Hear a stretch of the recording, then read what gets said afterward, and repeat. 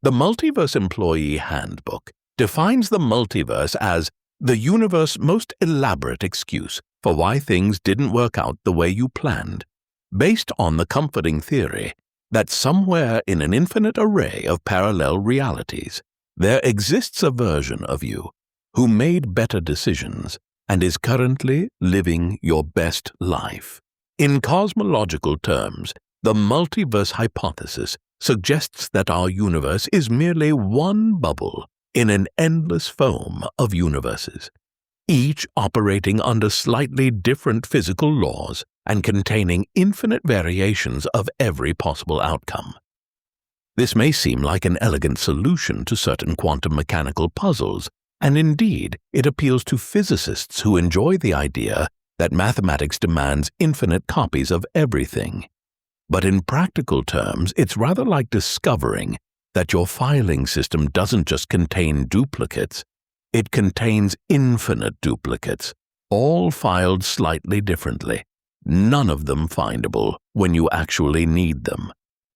The practical upshot of this is that multiverse theory has provided humanity with what philosophers call cosmic absolution, where every poor life choice can be comforted by the knowledge that somewhere, some other version of you chose differently, forgot to save that document. There's a universe where you didn't, said something embarrassing at the meeting. Infinite versions of you said something worse. This creates what psychologists term responsibility diffusion across space-time, where accountability becomes negotiable when stretched across infinite realities. The handbook notes that the multiverse also raises uncomfortable questions for workplace policy, as employees have begun requesting bereavement leave for versions of themselves who made different career choices or demanding salary adjustments based on what their parallel selves presumably earn in more generous timelines.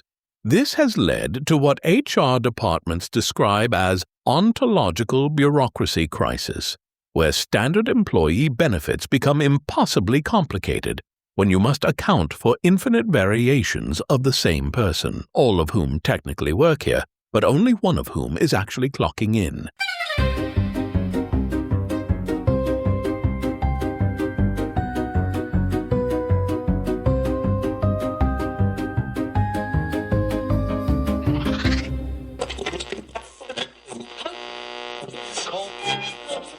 You're tuned into the Multiverse Employee Handbook.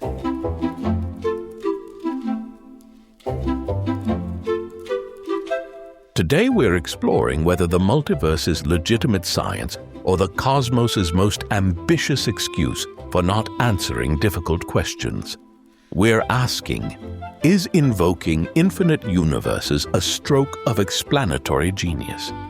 Or is it what happens when physicists give up and decide that if one universe is hard to explain, surely 10 to the power of 500 universes will be easier? We'll be using science, satire, and the kind of logic that only makes sense if you're comfortable invoking more universes than there are atoms in the observable cosmos, just to explain why your particular collection of atoms can ponder its own existence. Now, before we dive into the quantum depths of this question, let me briefly explain what we're actually talking about when we say multiverse. Because it turns out there are multiple definitions of multiverse, which feels appropriately meta. Also, yes, we realize the delicious irony that a podcast called the Multiverse Employee Handbook has taken this long to actually discuss whether the multiverse exists. We've been operating on the assumption that our corporate overlords wouldn't have printed all those interdimensional expense report forms unless there was something to build them to. The basic idea is this. What if our universe, everything we can see, everything the James Webb Space Telescope can photograph, every galaxy stretching back to the cosmic microwave background, what if all of that is just one bubble in an infinite foam of universes? Some theories suggest there could be regions where the laws of physics are different, where electrons have different masses, where the Higgs field settled into a different vacuum state. This isn't science fiction. Or rather, it wasn't intended as science fiction, unlike the Marvel Cinematic Multiverse, where the primary function of alternate realities is to resurrect dead characters and explain away plot holes. In actual physics, the multiverse pops out of string theory, which predicts 10 to the power of 500 possible configurations. It emerges from eternal inflation theory, where our universe is just a pocket where inflation slowed down enough for stars to form. It even shows up in quantum mechanics, with timelines potentially splitting at every quantum measurement. But here's where things get philosophically sticky. If the multiverse exists, if there really are infinite universes with every possible configuration of physical laws, does that actually explain anything? Or have we just multiplied our confusion by infinity? Some physicists argue it's elegant, perhaps inevitable. Others call it the worst violation of Occam's razor in the history of science. And that's exactly what we're here to explore.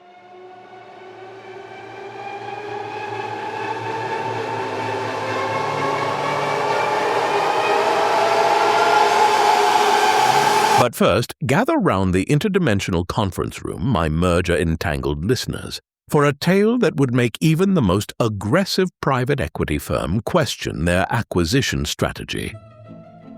In the fluorescent-lit realm of quantum improbability solutions, specifically in the Mergers and Acquisitions department, which existed in a superposition of aggressively expanding and quietly insolvent, Ronald Merger was having what could charitably be called an ontological due diligence crisis.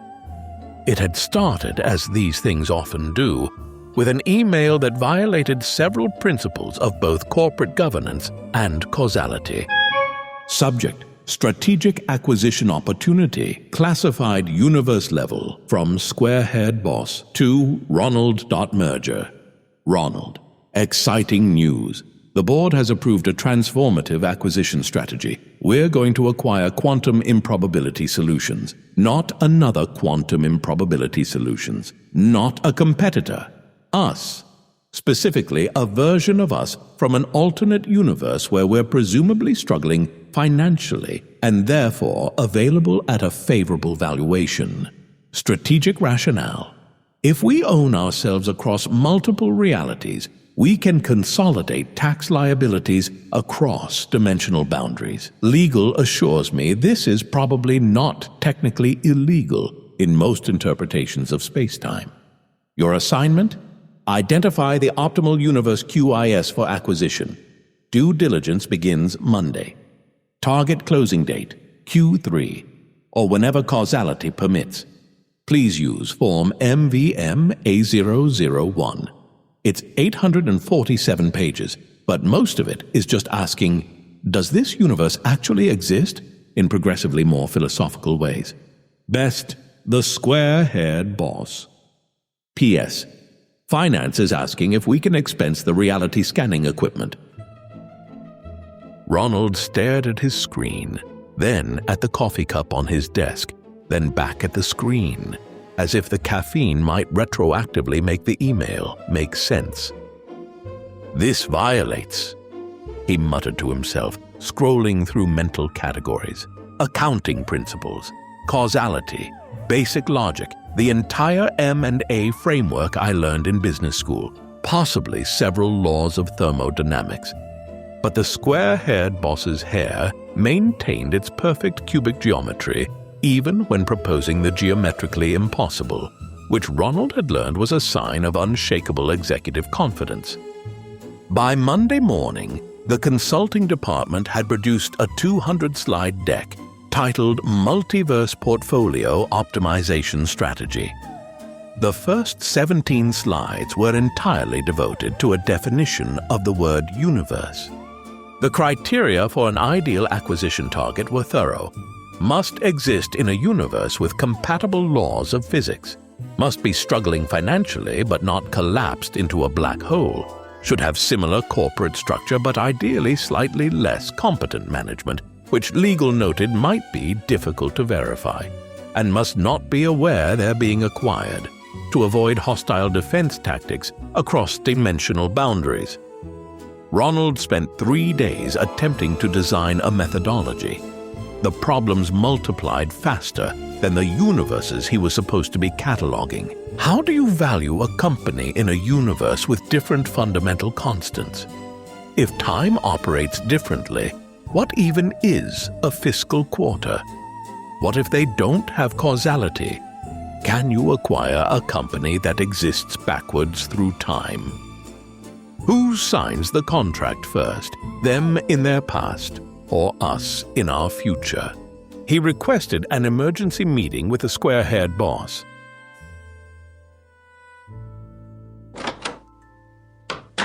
Sir, I've identified several fundamental issues with this acquisition strategy. Issues. The boss's hair seemed to sharpen at the corners. These sound like post-merger integration challenges, Ronald.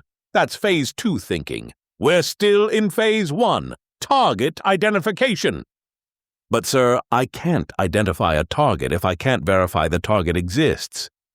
Have you checked string theory's catalog? I'm told they have roughly 10 to the power of 500 options. Surely one of them is a good fit. That's not how the string landscape works.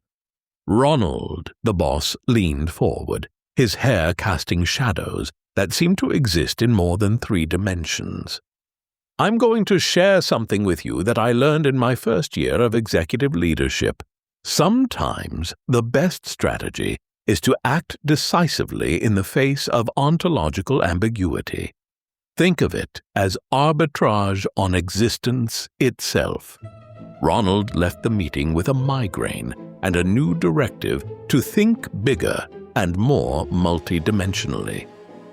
By week 2, Ronald had compiled a preliminary catalog of potential QIS variants, each more problematic than the last. Universe QIS Alpha was wildly successful and profitable, with stock prices up 47,000% over 10 years. Unfortunately, it existed in 11 dimensions. When legal tried to print their stock certificates, the paper folded into a Calabi-Yau manifold and disappeared into a quantum vacuum state. Recovery efforts were ongoing. Universe QIS Beta looked like a perfect financial match until Ronald discovered they operated in reverse time.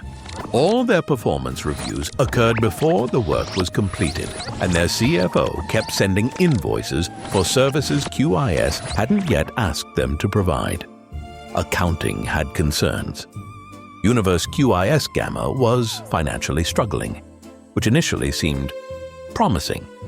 Then Ronald discovered they'd been acquired by alternate Ronald 47 times already, each acquisition somehow triggering another in a recursive loop.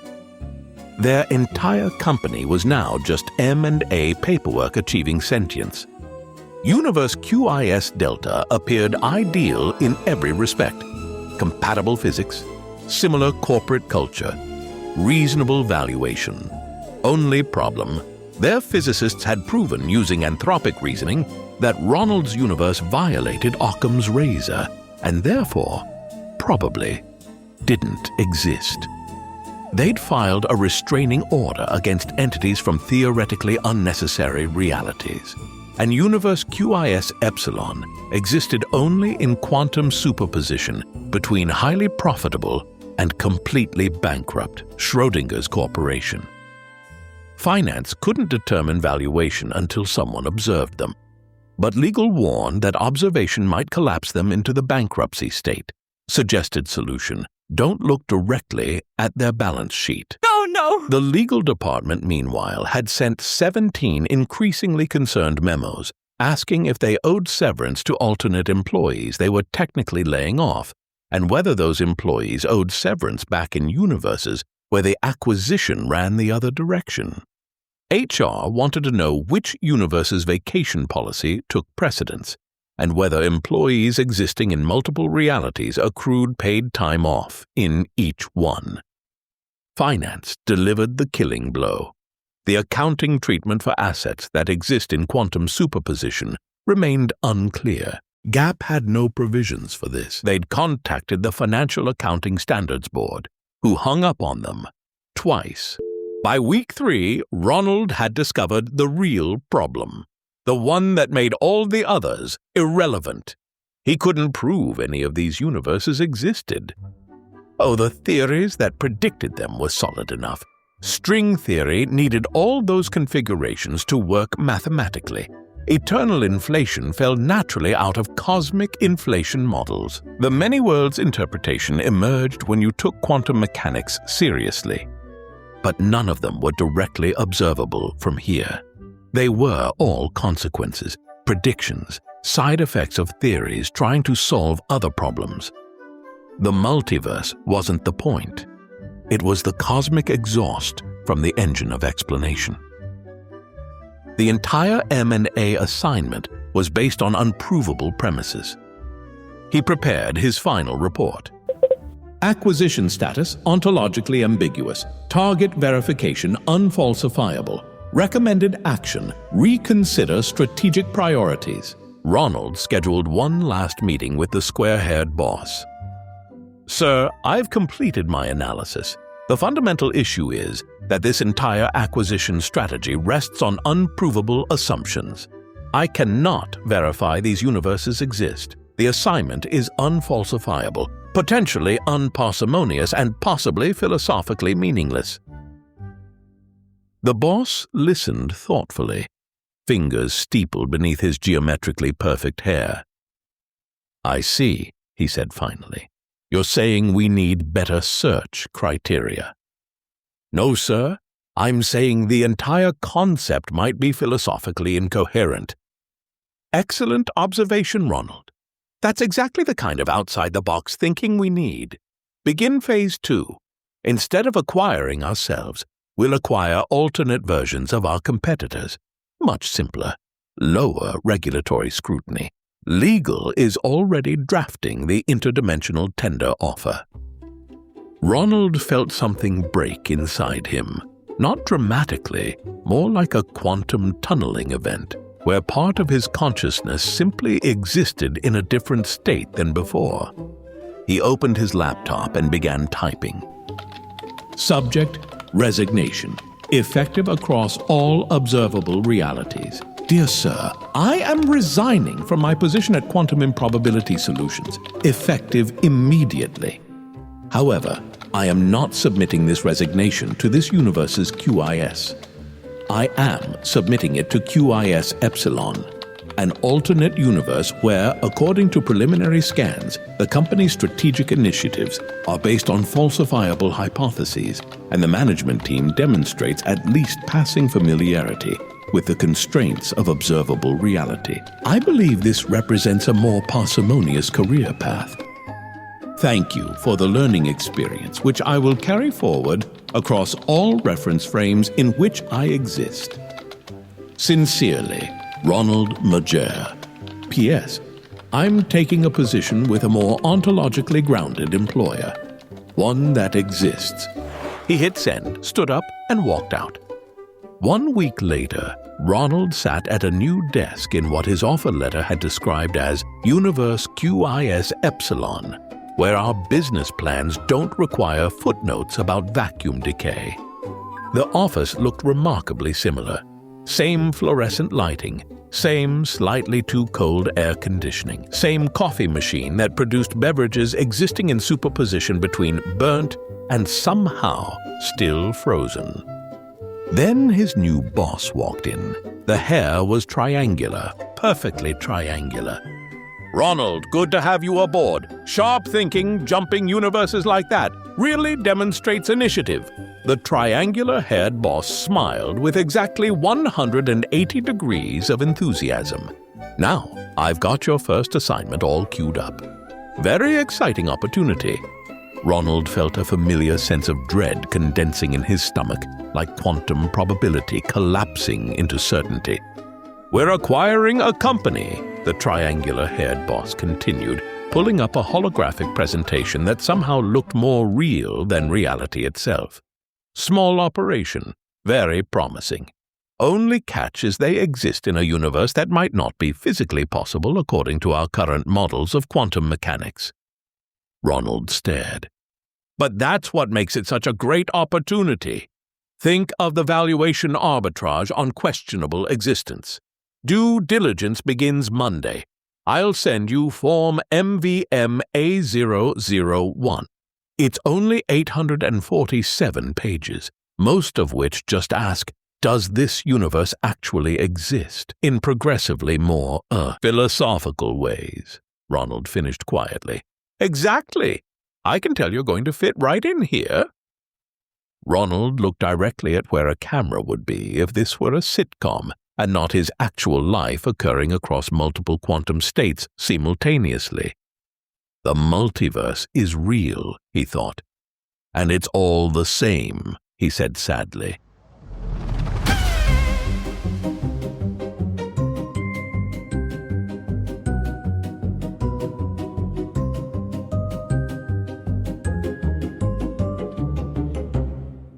And that, dear listeners, is how Ronald Merger learned the most terrifying lesson of multiverse theory. It doesn't matter if infinite universes exist or not. If they do, the same absurdities play out in each one. The bosses all have geometrically impossible hair. The assignments all violate causality. The coffee is always bad. The question isn't whether the multiverse multiplies our realities. It's whether we're multiplying our explanations unnecessarily, or whether reality is multiplying our problems unnecessarily. And as Ronald discovered, sitting at his new desk, reading the same impossible assignment in a different dimensional configuration, sometimes the simplest explanation is that your job doesn't make sense in any universe. Which brings us, conveniently enough, to the actual science behind this mess. Unlike corporate acquisition targets, you can't just demand a universe provide audited financial statements to prove it exists. You can't send a due diligence team through a wormhole with clipboards and skeptical expressions. And unlike the Marvel Cinematic Multiverse, where alternate realities conveniently appear whenever the plot requires a nostalgia cameo, or needs to undo an inconvenient death, the scientific multiverse isn't trying to solve storytelling problems. It's trying to solve physics problems. And here's the thing that makes Ronald's predicament so darkly comedic. Various physics theories predict multiverses as natural consequences of trying to solve completely unrelated questions. Nobody sat down and said, you know what would be cool? Infinite universes. No, they were trying to unify quantum mechanics and gravity, or explain why the universe inflated after the Big Bang, or figure out why our universe's fundamental constants have the values they do. The multiverse just fell out. Like finding out your company has 17 subsidiary departments you didn't know about because someone in legal filed the paperwork wrong in 1987. String theory, for instance, needed extra dimensions to make the math work. Fine, but when you curl up those extra dimensions into something called a Calabi-Yau manifold, and yes, that's the same thing that swallowed legal stock certificates in Universe QIS Alpha, you get roughly 10 to the power of 500 different ways to do it. Each configuration produces different physics, different particle masses, different force strengths. It's called the string landscape, and it wasn't designed to create a multiverse. The multiverse is just what happens when you do the math honestly.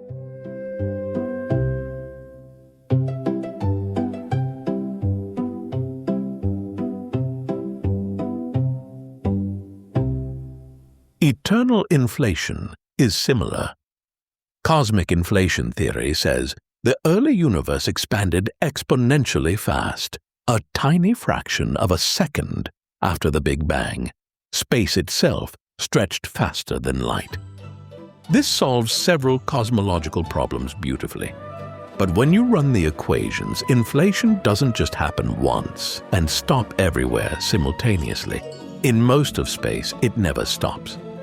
Our universe is just a bubble, where inflation happened to slow down enough for matter to condense into atoms and stars and galaxies and middle managers with geometrically impossible hair.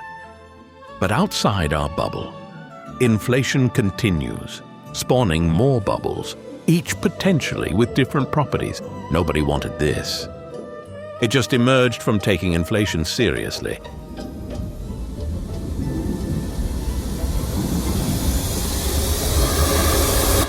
And then there's quantum mechanics and the many worlds interpretation, where every quantum measurement potentially splits reality into branches. Though whether this is actually real or just mathematical bookkeeping remains hotly debated, usually over drinks at physics conferences. The point Ronald discovered, sitting in his fluorescent-lit office trying to verify the existence of universe QIS Delta, is this. These multiverses aren't assumptions, they're predictions, they're consequences. They're what happens when you follow established physics to its logical conclusions. But here's where Ronald's crisis becomes everyone's crisis. Just because a theory predicts something doesn't mean that thing is real. Just because the math works out doesn't mean physical reality actually does it.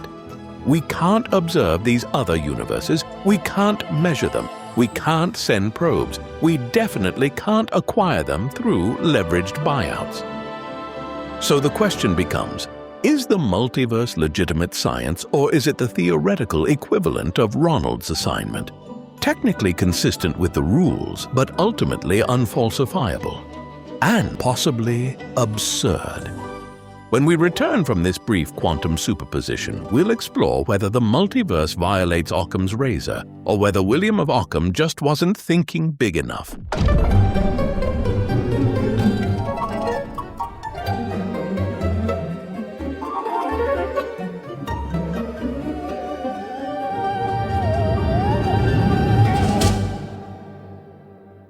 Welcome back, my pluralistically inclined probability clouds. Before the break, we left Ronald Merger staring at an impossible assignment in a new universe, having learned that escape is futile when the absurdity is built into the fundamental structure of reality itself. Now, let's examine whether the multiverse is guilty of the ultimate scientific crime, violating Occam's razor. Is proposing infinite universes the most unparsimonious idea ever conceived? Or has William of Occam been misunderstood for 7 centuries? Spoiler alert. The answer is yes, but actually no, but also maybe depending on how you define the question. Let's begin the trial. Occam's razor. The principle of parsimony. The idea that all things being equal, simpler explanations are better than complicated ones. It's named after William of Occam, a 14th century Franciscan friar who probably never imagined his philosophical razor would one day be used to debate whether 10 to the power of 500 universes is too many.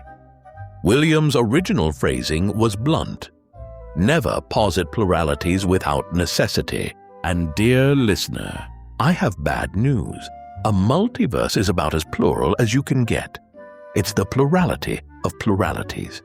It's taking the concept of more than one and multiplying it by infinity, then raising that to the power of absurdity.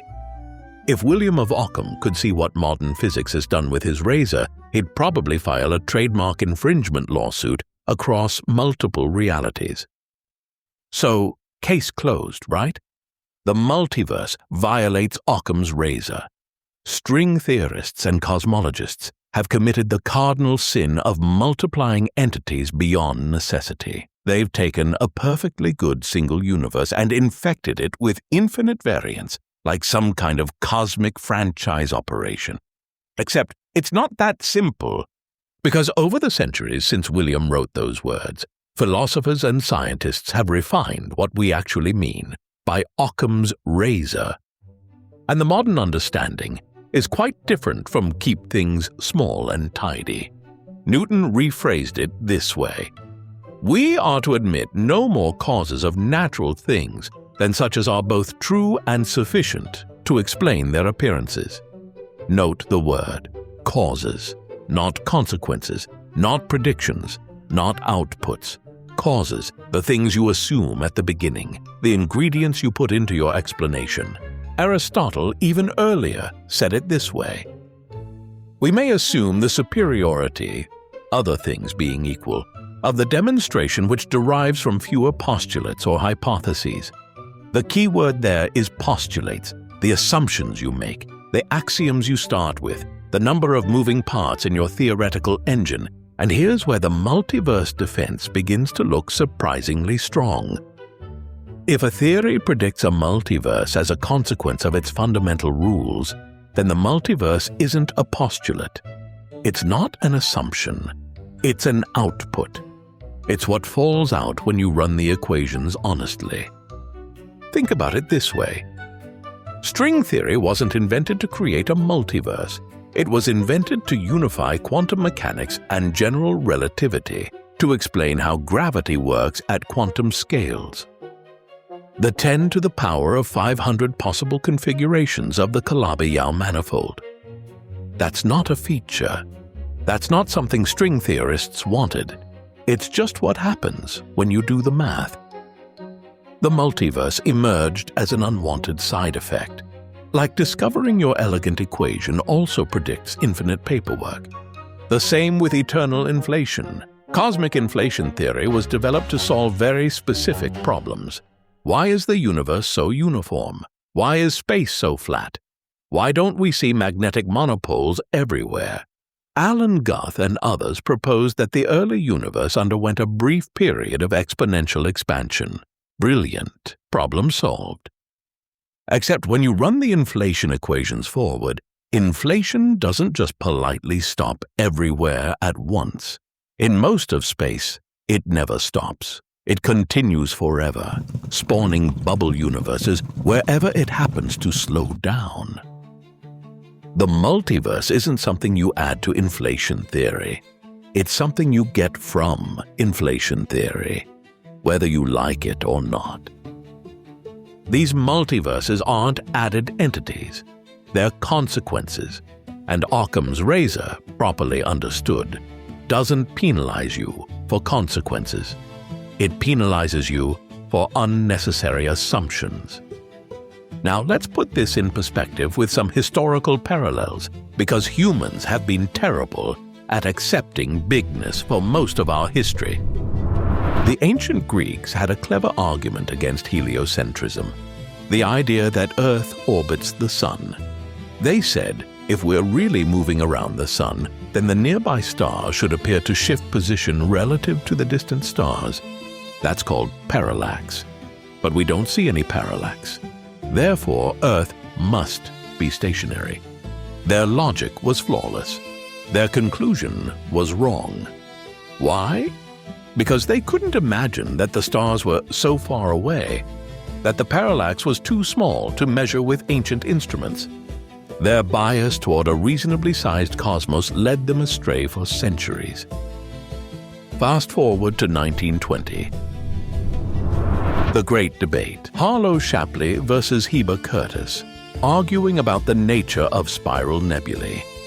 Curtis argued they were entire galaxies far beyond the Milky Way. Shapley represented the conservative position. Surely the universe isn't that big. Surely these nebulae are just nearby gas clouds.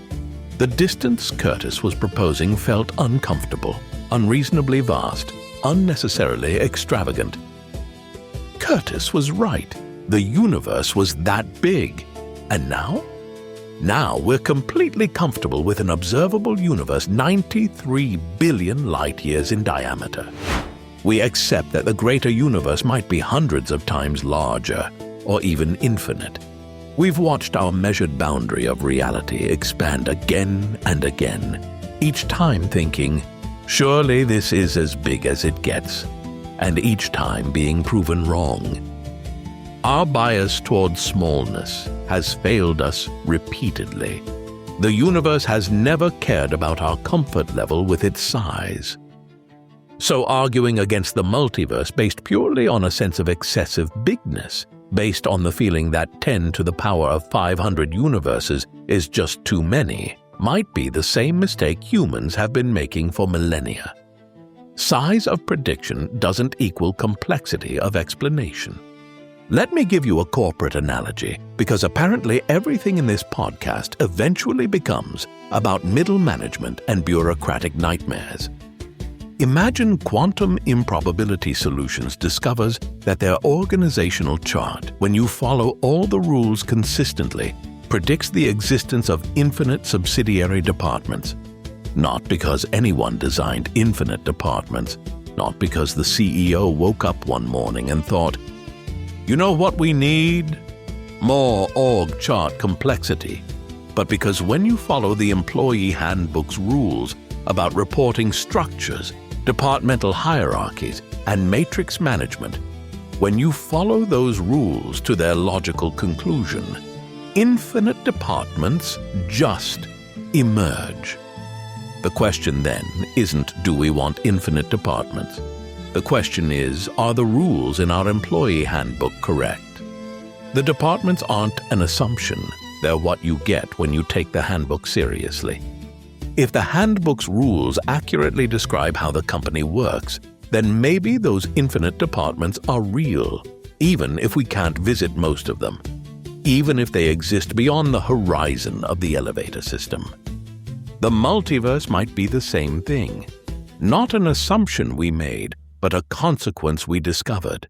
Not something we added to our theories, but something our theories produced when we followed them honestly.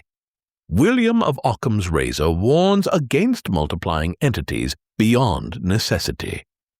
But if those entities multiply themselves, if they emerge naturally from simpler principles, then maybe they are necessary.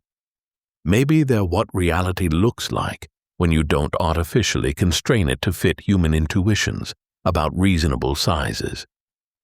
Or maybe, and this is where Ronald Merger's crisis becomes philosophical, maybe we're just really good at convincing ourselves that our increasingly elaborate explanations are actually simple, just with complicated consequences.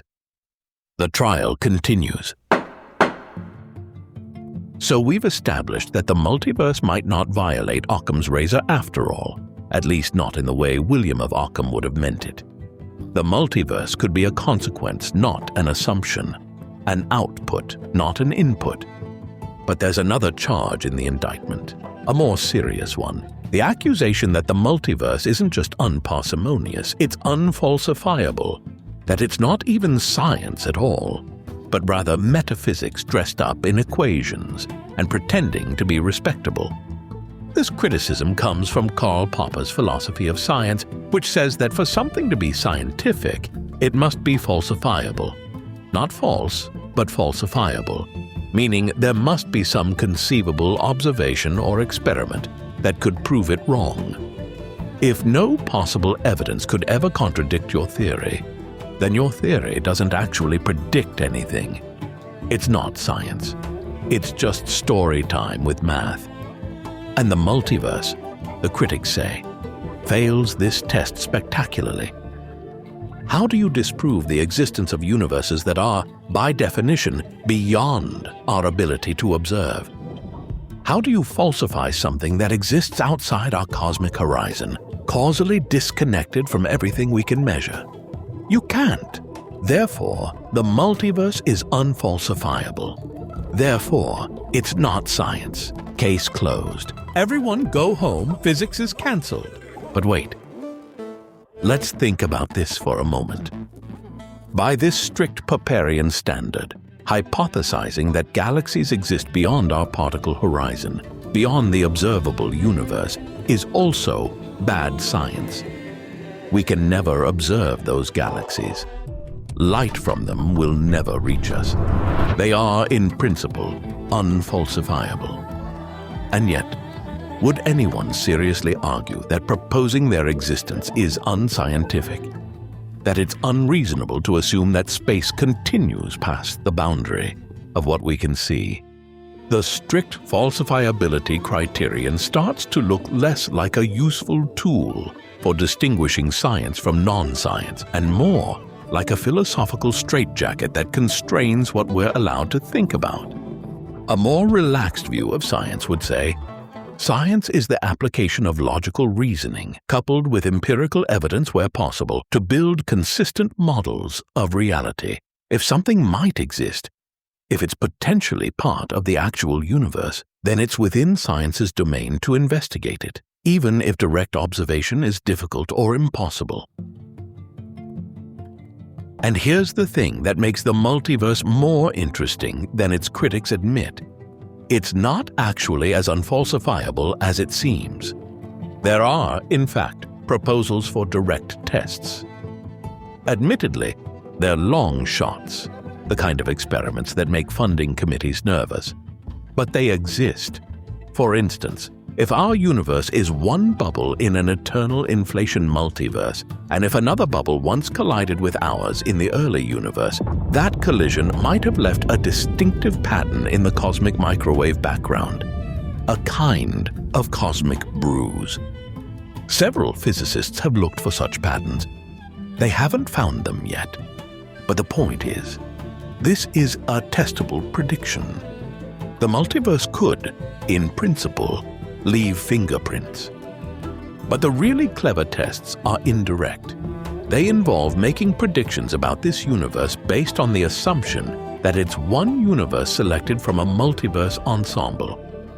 Here's where the anthropic principle becomes scientifically useful rather than just philosophically frustrating. If we assume our universe is one of many with different properties, and if we assume that we can only exist in universes with certain properties that allow for stars, planets, chemistry, life, observers, then we can ask, what values should our universe's constants have? Not what values could they have, but what values should we expect them to have if anthropic selection is real? Stephen Weinberg did this for dark energy back in 1987. He said, if the multiverse exists, and if the cosmological constant varies across different universes, then our universe should have a cosmological constant that's as large as possible while still allowing galaxies to form. Any larger, and the universe expands too fast for gravity to pull matter together. Any smaller, well, smaller is fine, but statistically unlikely. Most universes permitting life would have dark energy near the upper limit. He calculated what that value should be, and when dark energy was finally measured in the late 1990s, it was within an order of magnitude of Weinberg's prediction. Now, one successful prediction doesn't prove the multiverse exists, but it demonstrates that multiverse theories can make testable, falsifiable predictions about our universe. That's not metaphysics. That's physics doing what physics is supposed to do. And this gets at something deeper. The foundational theories that predict multiverses, string theory, eternal inflation, make very specific predictions about the distribution of universe properties. Not just anything goes, but specific statistical patterns. If our universe's properties don't match those predicted distributions, that's evidence against those multiverse theories. This is crucial. The multiverse isn't a blank check. It's not a cosmic get-out-of-explanation-free card. A proper multiverse theory constrains what kinds of universes are likely, which means it constrains what properties we should expect to observe in our universe. That's falsifiable. That's testable. That's science. Now let me be clear. The multiverse can become bad science, and it's important to know when. If someone proposes a multiverse as a blanket answer to fine-tuning without any underlying mechanism, if they just say infinite universes exist, therefore anything is possible, therefore we don't need to explain anything, that's bad science. That's unfalsifiable by design, rather than temporarily unfalsifiable due to technological limitations. That's an explanatory dead end.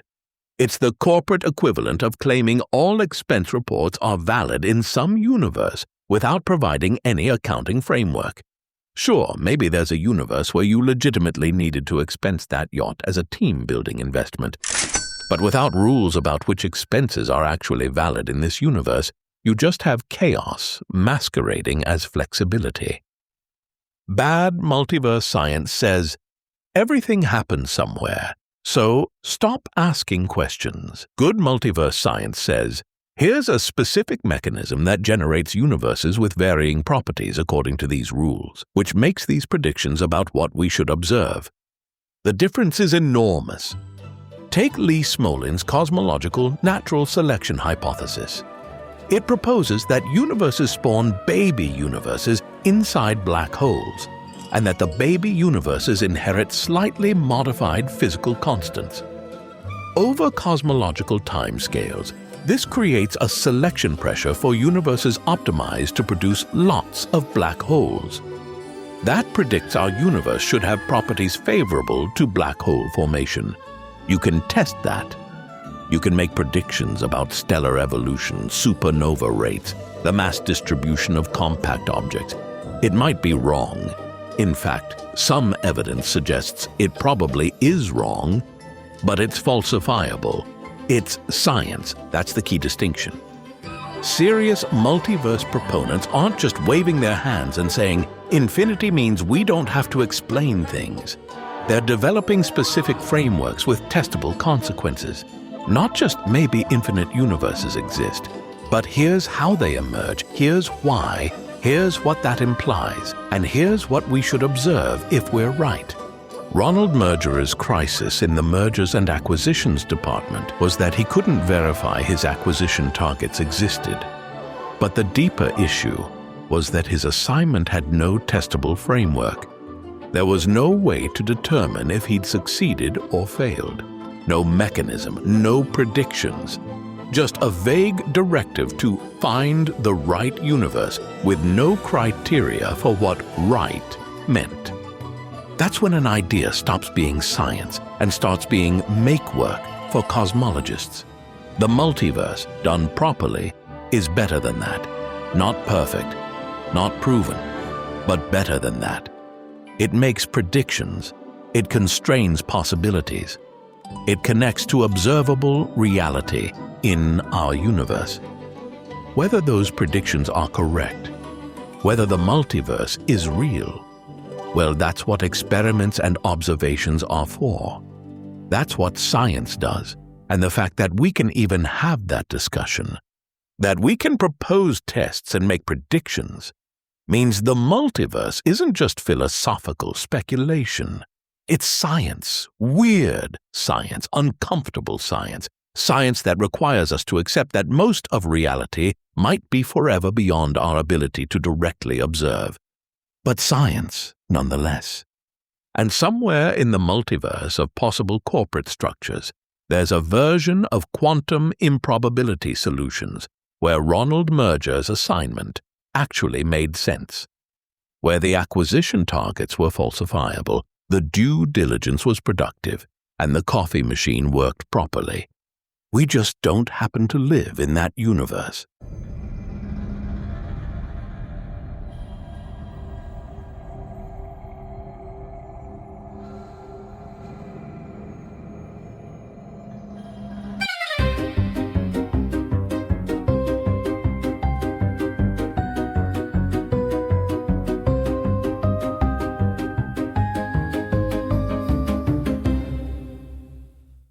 Well, my dimensionally diversified investors, we've reached the end of another quantum merger.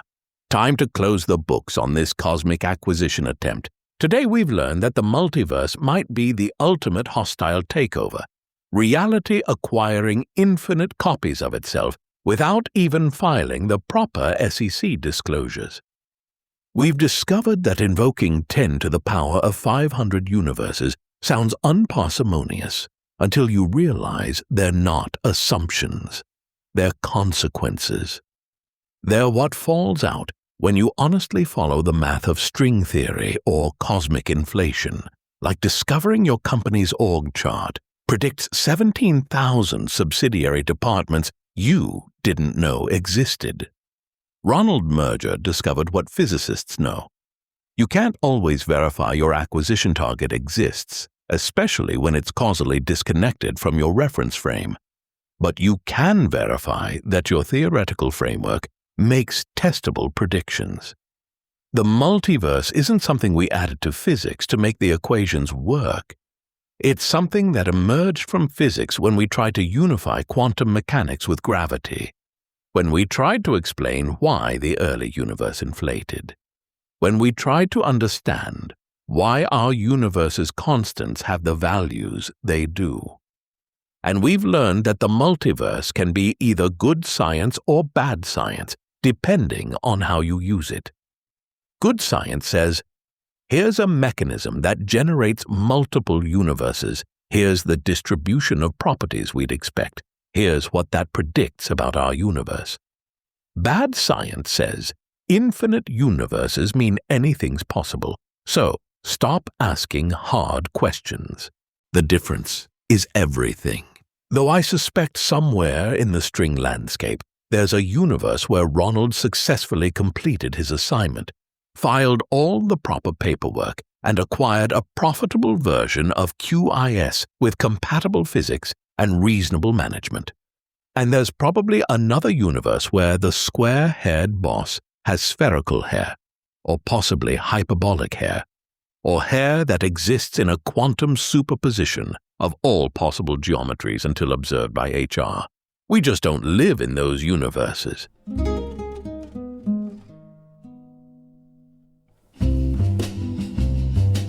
And if you've enjoyed today's investigation into whether infinite universes constitute sound scientific reasoning or just really ambitious excuse-making, why not share it with a fellow probability cloud?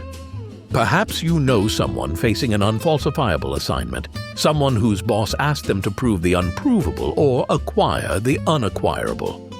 Spread our signal like eternal inflation across bubble universes, though please note, we cannot be held responsible for information loss across cosmic horizons. This is your quantum coherent correspondent, reminding you that in the multiverse of career choices, we're all just Ronald Merger, walking out of one impossible job and into another, hoping the next universe makes more sense than this one, only to discover that the absurdity is built into the fundamental structure of reality itself. The bosses all have geometrically impossible hair. The coffee is always bad. The assignments always violate causality. And the expense reports are never approved in any accessible reference frame. And somewhere out there, in some corner of the string landscape, Ronald Merger is still filing merger paperwork for Universe QIS Delta. The acquisition has been pending regulatory approval in every accessible vacuum state since the end of cosmic inflation. His triangular-haired boss continues to insist this timeline is extremely parsimonious and well within normal processing parameters for interdimensional transactions. Legal estimates completion by the heat death of the universe. Finance considers this optimistic.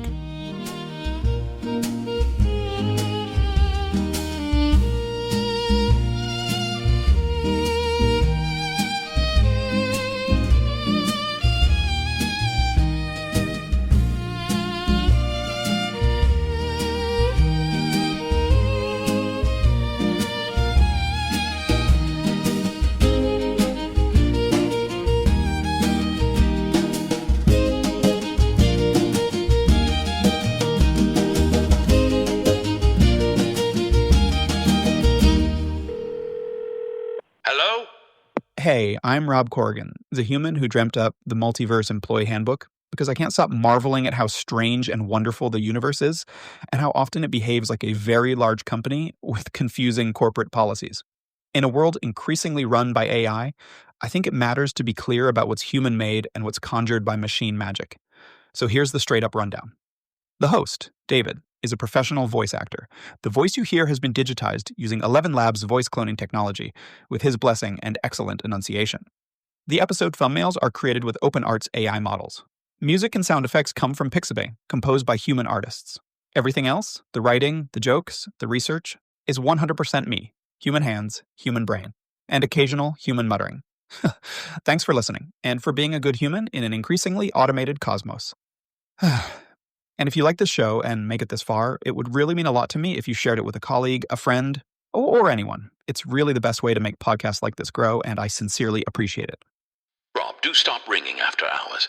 The kettle's on and I'm halfway through a biscuit. Toodaloo.